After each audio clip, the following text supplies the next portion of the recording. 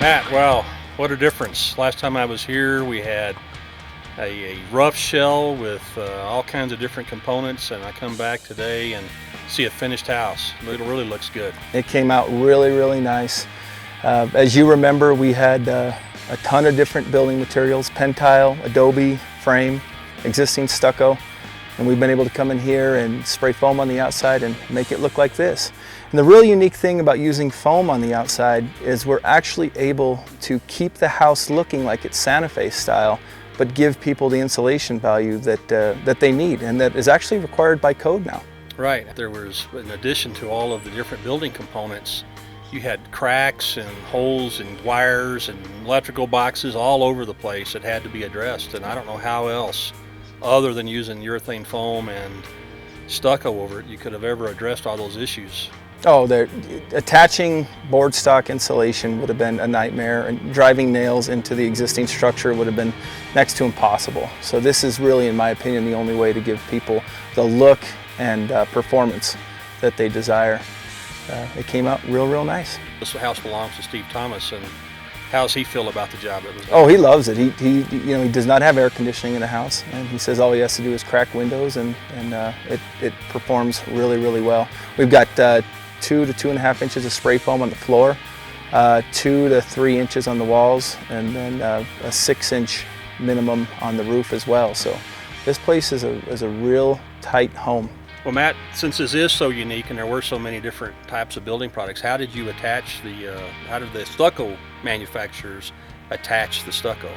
So what we do prior to spraying the foam down, we install stick pins. And what a stick pin is a nail that's glued on to the existing surface, and while it's glued on, then we come in and spray the foam on top. Now the spray foam itself is going to hold that stick pin in place. So what you end up with is a shell with stick pins sticking out everywhere, and that is a point that the lath can be attached to the building without having to have nails driven through or screws attaching into very old adobe. And what do you do about the parapets to keep from having holes punched into our waterproofing on top of the parapet? On the parapets, we'll also use stick pins, and then the lath will wrap all the way up and over the top and be attached with a stick pin there as well, and that's going to help to protect the roof and give us a waterproof surface on top of all the parapets.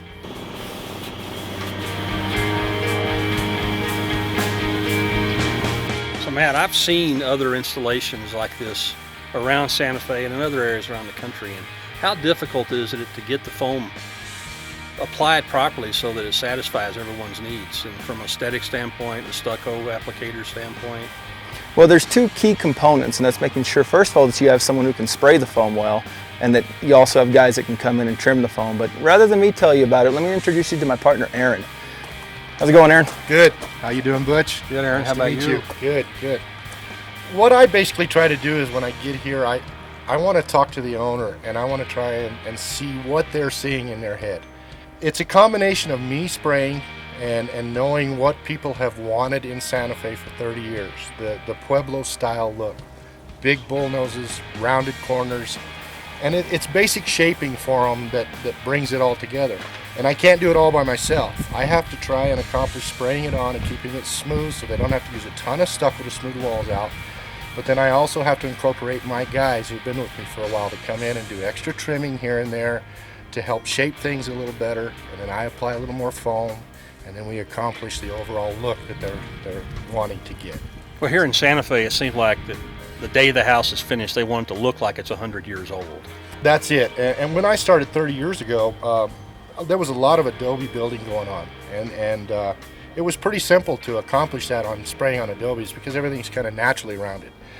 But then they quickly started changing the industry, and everybody wanted to build with frame, and I still had to accomplish that look for them on frame with square corners.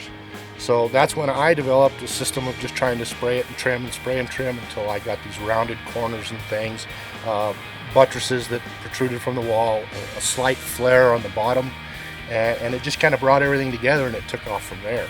Well, I think when I look at your work, the thing that stands out the most is the detail you get around the doors and windows. That's critical. You don't want to overdo it. You still want to be able to see their wood trim, and you want to be able to accomplish the look that they need without stucco guys coming in there and putting 4 or 5 inches of stucco in there to try and get the look. Right. We're trying to make everything minimal for every sub behind us, and it's up to us to give that finished look for them before they get to the stucco point. And the real interesting part about all this is by making the house look this way, we're adding insulation. At the end of the day, we're making the home more efficient. So we're making it look old, but even more and more efficient so the home will perform. Using modern technology to achieve a historic and retro look. Exactly. I think you've been extremely successful in this job. Thank you. Thanks, Butch. Good job.